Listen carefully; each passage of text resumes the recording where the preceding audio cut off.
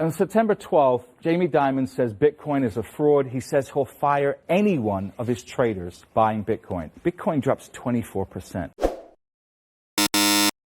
When Jamie Dimon speaks, people listen. People listen. So that weekend, we found out that the largest buyer of a Bitcoin fund that's in Europe that buys physical Bitcoin, the largest buyer was Morgan Stanley and JP Morgan. And that's not illegal. He says it's a fraud. It says he'll fire anyone that buys it. Yes. And at the same time, his company is buying it. His company is buying it. It's just, so unethical.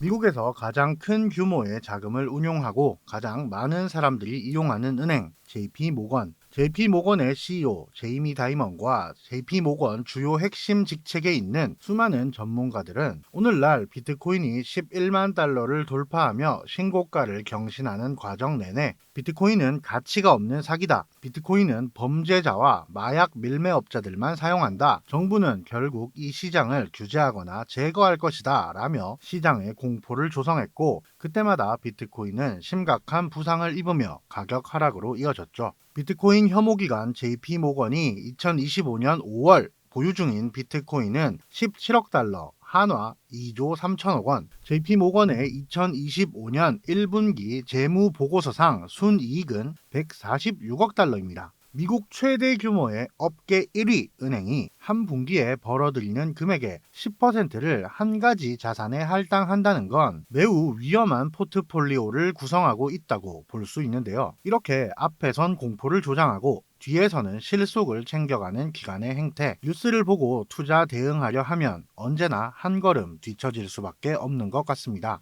JP모건은 도대체 왜 이렇게 언론 앞에선 공포를 조장하며 뒤에선 비트코인을 매집하고 있는 걸까요? 오늘은 기관들의 입장에서 현재 시장을 바라보는 눈을 키워보는 시간을 가져보려고 합니다. 오늘 영상도 실망하실 내용은 없을 테니 미리 구독 눌러주시고 영상 내용이 허접하거든 언제든 구독 취소해주세요.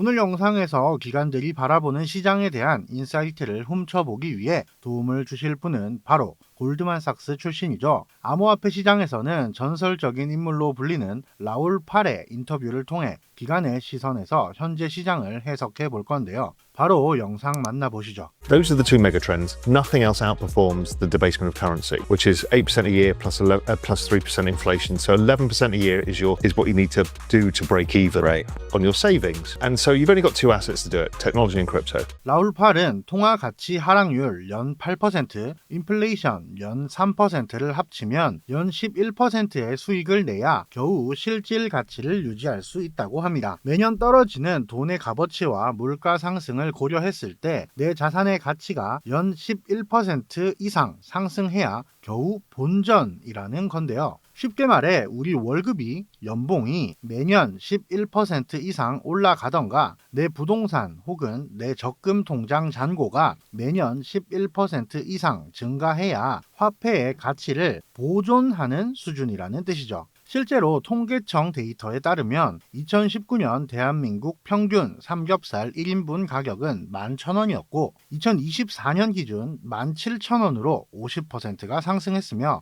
편의점 도시락 가격은 2020년 기준 3,500원에서 4,000원 하던 게 2025년 평균 5,000원에서 5,500원으로 약 40% 상승했습니다. 우리의 연봉이 자산이 1.5배 이상 상승하지 못했다면 우리는 앉은 자리에서 5년 동안 내 자산의 가치, 급여의 가치가 50% 반토막 나버린 셈이죠. 이를 극복하기 위한 유일한 대책으로 라울 팔은 기술력과 크립토 두 가지 대안을 꼽으며 이제 우리는 시장 자본의 흐름을 이해하는 것이 단순히 인생에 도움이 되니까를 넘어서 필수적인 지식으로 갖춰야 하는 시대에 와 있다고 말합니다. 그리고 그 시대를 지수 시대라고 부르는데요. 지수 시대에 대한 설명도 한번 들어보시죠. So to explain the exponential age, it's this extreme exponential adoption of these technologies, whether it's AI, whether it's crypto, whether it's EV, whether it's robotics, whether it's space, all of these things. And they are all on a log return. So they're exponential. If you look at price charts. 지수 시대란 점진적 변화가 아니라 기하급수적인 변화가 발생하는 시기를 뜻한다고 합니다. 1960년대 컴퓨터가 처음 탄생해 정부 기관의 전유물이었던 시절, 그리고 1980년대부터 서서히 컴퓨터를 개인들이 사용하기 시작했고, 보편적으로 개인들이 개인 PC를 사용하고 인터넷을 활발히 사용하는 이 시대까지 점진적 진화에 따라 40년 이상 소요되었으며, 흑백 TV에서 컬러 TV가 보급되는 데 걸린 시간은 1950년부터 2000년대까지 50년 이상이 걸렸지만, 구글이 만든 알파고 AI는 불과 몇 년 전까지 기업 전문가들만이 다룰 수 있는 고성능 AI 기술 시스템이었으나, 알파고와 이세돌의 세기의 바둑 대결이 끝난 지 불과 8, 9년 만에 이제는 초등학교 교실에서 초등학생들이 AI GPT를 이용해 수업을 하는 수준까지 성장했으며, AI가 우리 일상에 스며드는 8년 동안 AI 학습 기술의 집약체인 엔비디아의 주가는 2000% 상승, AI 반도체의 핵심을 담당하던 AMD의 주가는 3800% 상승하는 쾌거를 거두었죠. 라울 팔은 바로 현재 시대는 이러한 급격한 변화가 발생하는 지수 시대에 와 있고, 그 중심에는 AI, 우주산업, 크립토가 있다고 말합니다. 그리곤 이런 예시를 드는데요. So that is the game we're playing. Those exponential assets, if you think of Amazon stock back in the early 2000s, it fell 97%, it went up 600%, it fell 50%. You know, they're volatile. Yeah. So they're volatile assets, but if you can hold on to them, the returns are truly extraordinary. This is why Jeff Bezos is the richest man in the world, or close to it. And, you know, it's all the same thing. So that is the mega trend. That's the exponential age. 아마존 주식을 예로 듭니다. 2000년대 초반에 97% 하락했다가 600% 상승하고 다시 50% 떨어지고, 이렇게 변동성이 컸던 아마존 주식. 당시 인터넷이라는 새로운 시대가 열리는 시기였고, 인터넷 산업의 중심에 있던 아마존이라는 프로젝트를 마치 지금의 비트코인의 예를 들며, 이런 격동의 시기에 아마존을 우직하게 보유했다면 현재 엄청난 수익을 보았다는 이야기를 합니다. 2000년대 초 닷컴 버블의 중심에 있던 아마존과 비트코인을 동일선상에 놓았는데요. 지금 보시는 사진은 최근 인터넷을 뜨겁게 달구며 많은 투자자들로 하여금 불안감을 조성한 이미지입니다. 미국 나스닥 주식을 글로벌 유동성, 즉 M2 통화량으로 나눈 값을 보여주는 차트인데요. 쉽게 말해 시중에 풀려있는 돈과 주식시장 상승률을 서로 녹여보았을 때 풀린 돈에 비해 주식이 많이 부풀려져 있나 혹은 저평가되어 있나를 보여주는 차트입니다. 이곳은 과거 최고점, 여기가 라울 팔이 이야기하는 아마존이 미친 듯한 상승을 보였던 고점 부근, 그리고 다들 아시는 닷컴 버블이 꺼지면서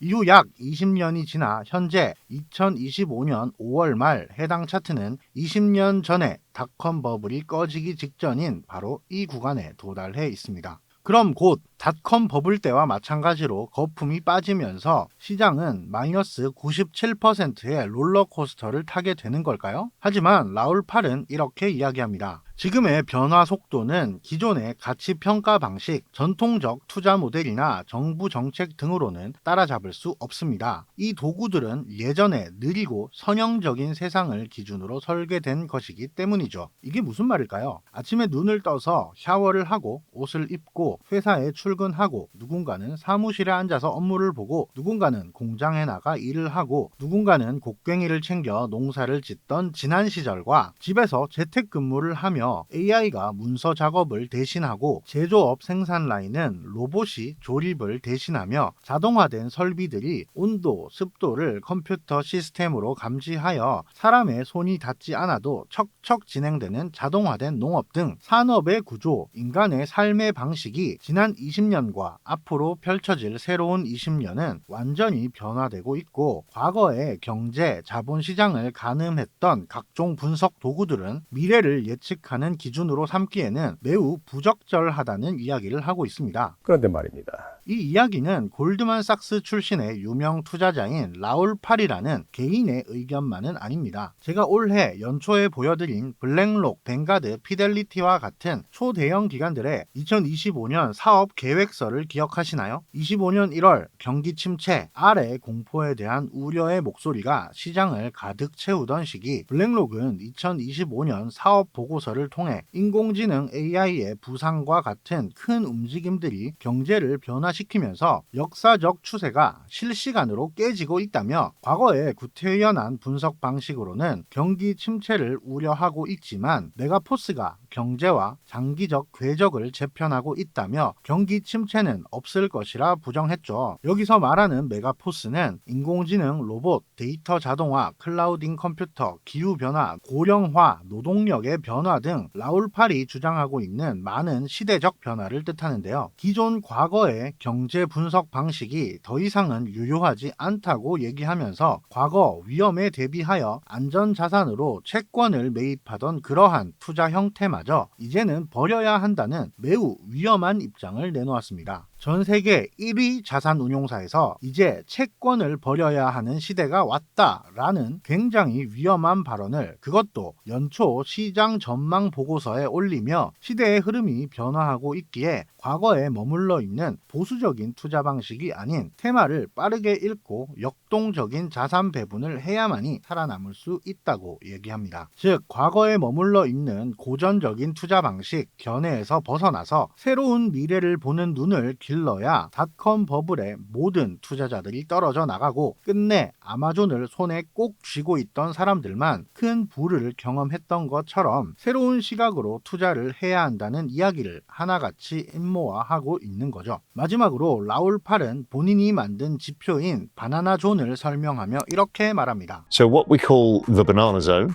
what is that? That's the accelerated point in the cycle where prices go exponential. It's usually at the latter point of the business cycle. And that's the kind of zone we started. We had the big leg up Q4 last year. We've had a corrective period, and then usually we now should go up for the rest of the year in a way that makes it quite hard to even buy, with a couple of sharp corrections en route just to gut check everything. What with the unknowns that'll come in through. So now we've established that we're in this exponential trend that is driven by the business cycle. It's a 4-year cycle driven by the debt refi cycle. We're in the last year of that, which is usually one of the best parts of the entire cycle. It is going to be volatile throughout that period.